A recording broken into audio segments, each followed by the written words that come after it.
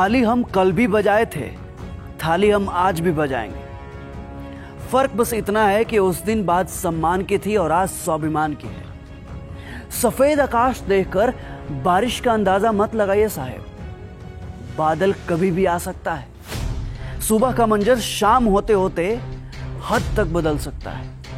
कितनी बड़ी विडंबना है कि 60 मिनट में 100 सवाल को हल करने वाला छात्र इन नेताओं की घटिया राजनीति के सामने बेबस है, जिन्होंने कोई एग्जाम भी नहीं दिया। इन नेताओं को वो दे दो रेलवे एसएससी बैंक का सवाल तो इनके फट के हाथ में ना आ जाए तो क्या। इनकी असली औकात तब समझ में आएगी और तब इन्हें पता चलेगा कि एक स्टूडेंट कितनी मेहनत करता है कैलकुलेटर से भी ज्यादा तेज कैलकुलेशन करने में।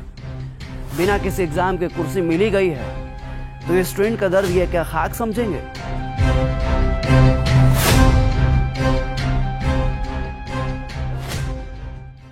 किंतु दुख तो तब होता है जब तंत्र और सिस्टम हमारे भावों को जख्मी घाव बना देता है, भविष्य को भूत के अंधकार में ढकेल कर रीढ़ की हड्डी तोड़ देता है। और इसी पीड़ा में हम समाज और परिवार के घावों को भी झेलते रहते हैं जीवन के साथ साथ। सर में चल रहे सरदर्द को तो हम किसी तरह सहन कर भी लेते हैं, पर जो दर्द और जख्म सरकार ने हमें बेरोजगार बना कर दिया है ना, वो सहन नहीं कर पाते। और जब यही दर्द, यही पीड़ा एक भयानक रूप लेता है तो दीमक की तरह रोज रोज हमारे जख्मों को कुरेदता है।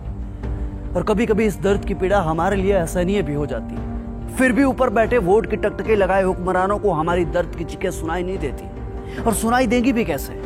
छलावे का हेडफोन जो पहन रखा है दोनों कानों में, किंतु धमक इस बार गूंजेगी और जाएगी आपके कानों तक, क्योंकि हम वही हुआ है जब देश में जरूरत पड़े तो कलम से शांति भी लिखते हैं और जरूरत पड़े तो कलम से क्रांति भी लिखते हैं।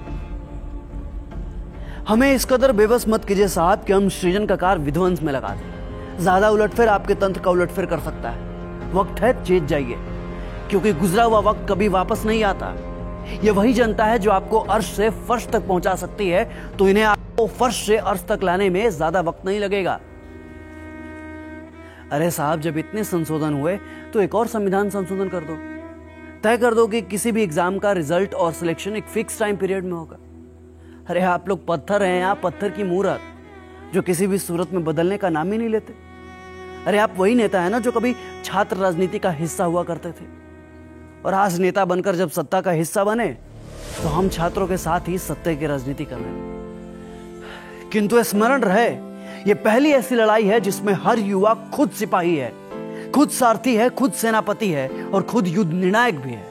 अब बस जरूरत है तो इस आग को अपने भीतर जिंदा रखने की। जो कभी हिम्मत टूटे तो सोचना अपने माँ बाप के बारे में जिन्होंने तुम्हारे आंखों में अपने सपने को पलते देखा है। उस दिन को याद करना जब तुम तैयारी के चक्कर में रक्षाबंधन में घर नहीं जा पाए थे। तुम्हारी त्याग, तुम्हारी तपस्या ही तुम्हें बल देगी। और याद रखना, ये लड़ाई सिर्फ आज के लिए नहीं है, बल्कि आने वाली पीढ़ियों के बारे में भी है, जो आने वाले समय में प्रतियोगी परीक्षाओं के अथाह समंदर में कूदने वाले हैं।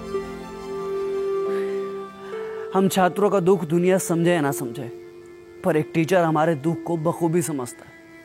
जरा सोचिए ना, क्या बीतती होगी उस शिक्षक पर जो दिन रात मेहनत करके पढ़ाता है, युवा पीढ़ी को खड़ा करता है, रिसर्च करता है कि आने वाले एग्जाम में किसी भी बच्चा का सिलेक्शन न अटक जाए। लेकिन अफसोस कि यहाँ तो पूरी परीक्षा ही अटक जाती है। लेकिन इस बार हम नहीं अटकेंगे, क्योंकि इस बार हमारे शिक्षक भी हमारे साथ हैं।